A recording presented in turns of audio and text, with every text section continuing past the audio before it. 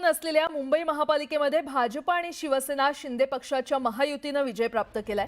ठाकरे बंधू आणि भाजप महायुतीमध्ये अटीतटीचा सामना पाहायला मिळाला आणि आता यावर उपमुख्यमंत्री एकनाथ शिंदे यांनी प्रतिक्रिया दिली आहे। मुंबईकरांनी विकासाला स्वीकारलंय आणि ज्यांनी विकासाला नाकारलं होतं त्यांना नाकारलंय अशी प्रतिक्रिया उपमुख्यमंत्री एकनाथ शिंदे यांनी दिली आहे। परफॉर्मन्स बेस या ठिकाणी लोकांनी निकाल दिलेला आहे।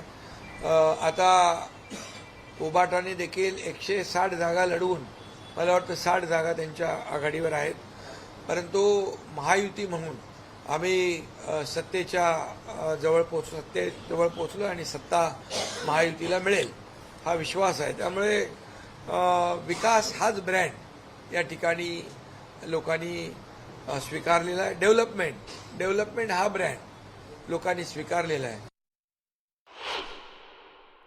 महापौर पद किंवा सत्ता खुर्ची यापेक्षा मुंबईकरांच्या जीवनामध्ये आम्हाला बदल घडवायचे आहेत। मुंबईला साजेशी मुंबई दिसली पाहिजे आणि ज्या पद्धतीने मी नेहमी सांगायचो मुंबईच्या बाहेर फेकला गेला तो पुन्हा मुंबईत आला पाहिजे। यासाठी झोपडपट्टी मुक्त मुंबई, जे रखडलेले SRA प्रकल्प, जे रखडलेले धोकादायक इमारतींचे प्रकल्प आम्हाला मार्गी लावायचे, त्यासाठी महायुतीचा महापौर होईल। महायुतीचा महापौर व्हावा। मुंबई महापालिका निवडणुकीत ठाकरे बंधूंनी कडवी लढत दिली आणि या निवडणुकीत मनसेचे 6 उमेदवार विजयी झालेत। मनसेच्या विजयी झालेल्या नगरसेवकांनी मनसे अध्यक्ष राज ठाकरे यांची भेट घेतली आणि यावेळी राज ठाकरेंच्या शिवतीर्थ या निवासस्थानाबाहेर मनसेच्या कार्यकर्त्यांनी मोठी गर्दी केली होती।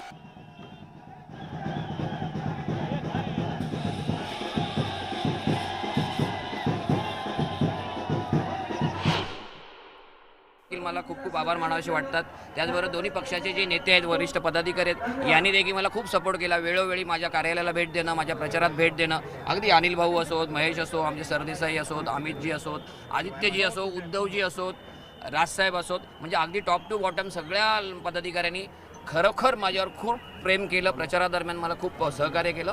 मी सगळ्यांचा खूप आभारी आहे, खूप आभारी आहे। त्याचबरोबर माझ्या कुटुंबाचं देखील मला आभार मानायचे।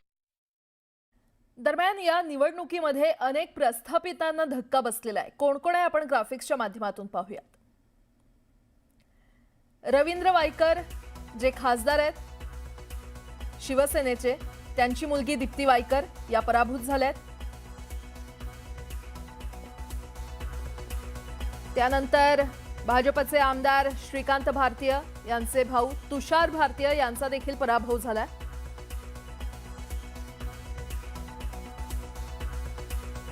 शिवसेनेचे माजी आमदार रवींद्र धंगेकर यांच्या पत्नी प्रतिभा धंगेकर यांचा पराभव झालाय।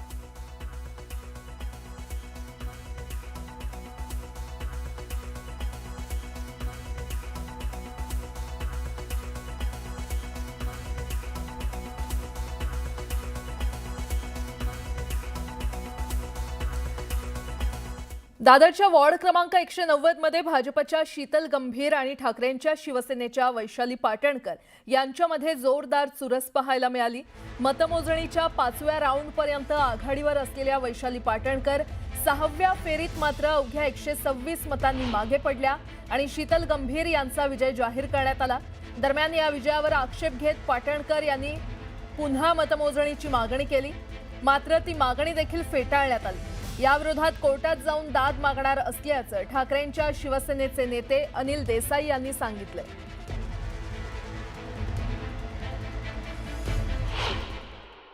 6व्या राऊंडपर्यंत मी एकदम लीडवर होते, 5व्या राऊंडपर्यंत मी प्रॉपर लीडवर होते। 6व्या राऊंडला ह्यांनी काहीतरी गोंधळ घातलेला आहे, एक तर मशीन चेंज झालेली आहे आणि मग मला त्यांनी सांगितलं की 123 मतांनी तुम्ही मागे आहात। मी त्यांच्याकडे जेव्हा रिकाउंटिंगची रिक्वेस्ट टाकली तेव्हा त्यांनी रिकाउंटिंगसुद्धा न देता, मला न जुमानता त्यांनी डिक्लेअर केलं की शीतल देसाई ही उमेदवार विजयी आहे। माझी रिक्वेस्ट त्यांनी न जुमानता त्यांनी केलेला आहे। त्या माणसामध्ये जर प्रामाणिकपणा आहे, त्या ऑफिसरमध्ये प्रामाणिकपणा आहे, तर त्यांनी माझ्या नजरेला नजर मिळवून मला सांगायला पाहिजे होतं. जर त्याला माझ्याकडे बघून सुद्धा बोलायची हिंमत नाही, त्याचे हात कापतायत म्हणजे तो विकलेला आहे, त्यांनी पैसे घेतलेले आहेत, हे मी तुम्हाला तोंडावर स्पष्टपणे सांगते आणि मी सॅटिस्फाईड नाही आहे ह्या गोष्टीवर.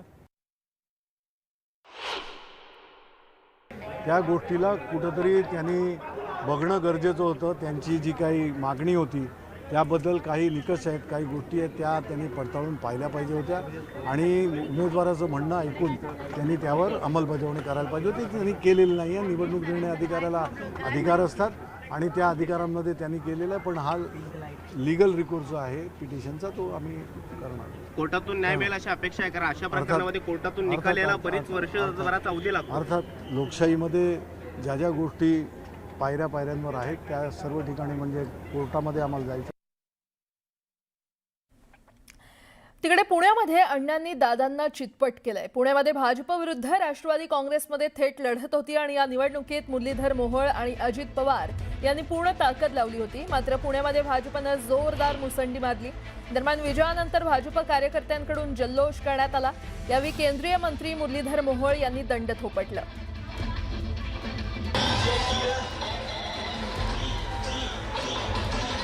दरम्यान विजयी जल्लोषावेळी भाजप कार्यकर्त्यांनी झळकवलेले पोस्टर्स हे चांगलेच चर्चेत आले.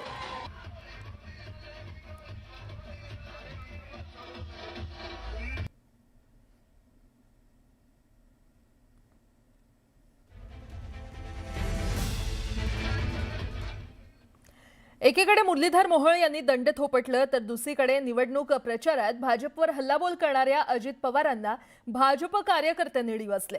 पुण्यातल्या विजयानंतर कार्यकर्त्यांकडून एक पोस्ट शेअर करण्यात आलंय. यामध्ये कुस्तीच्या सामन्यात मुरलीधर मोहोळ अजित पवारांना चितपट करत असल्याचं दिसतंय.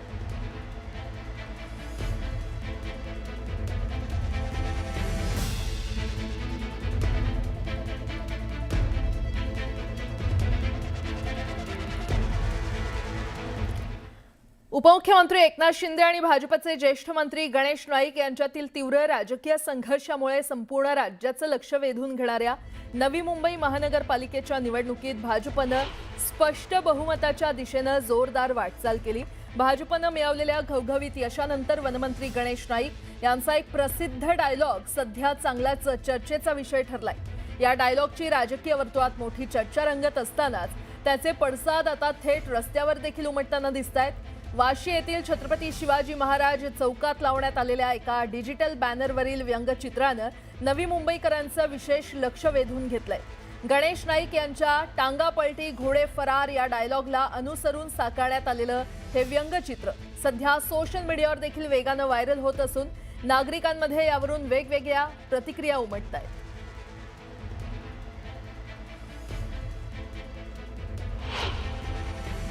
नवी मुंबई महानगरपालिकेच्या 6व्या सार्वत्रिक निवडणुकीच्या माध्यमातून या शहराचा महापौर भारतीय जनता पक्षाचा व्हावा असं ठरवल्याबद्दल त्या सर्वांचे मी आभार मानतो. मी एकच सांगतो की आता ही मगाशी जाहिरात होती ती अशी जाहिरात आता संपलं. याच्या पुढे युद्ध असतं तोपर्यंत त्या गोष्टी ओघाने येतात, परंतु त्या गोष्टीची पुनरावृत्ती करायची नसते.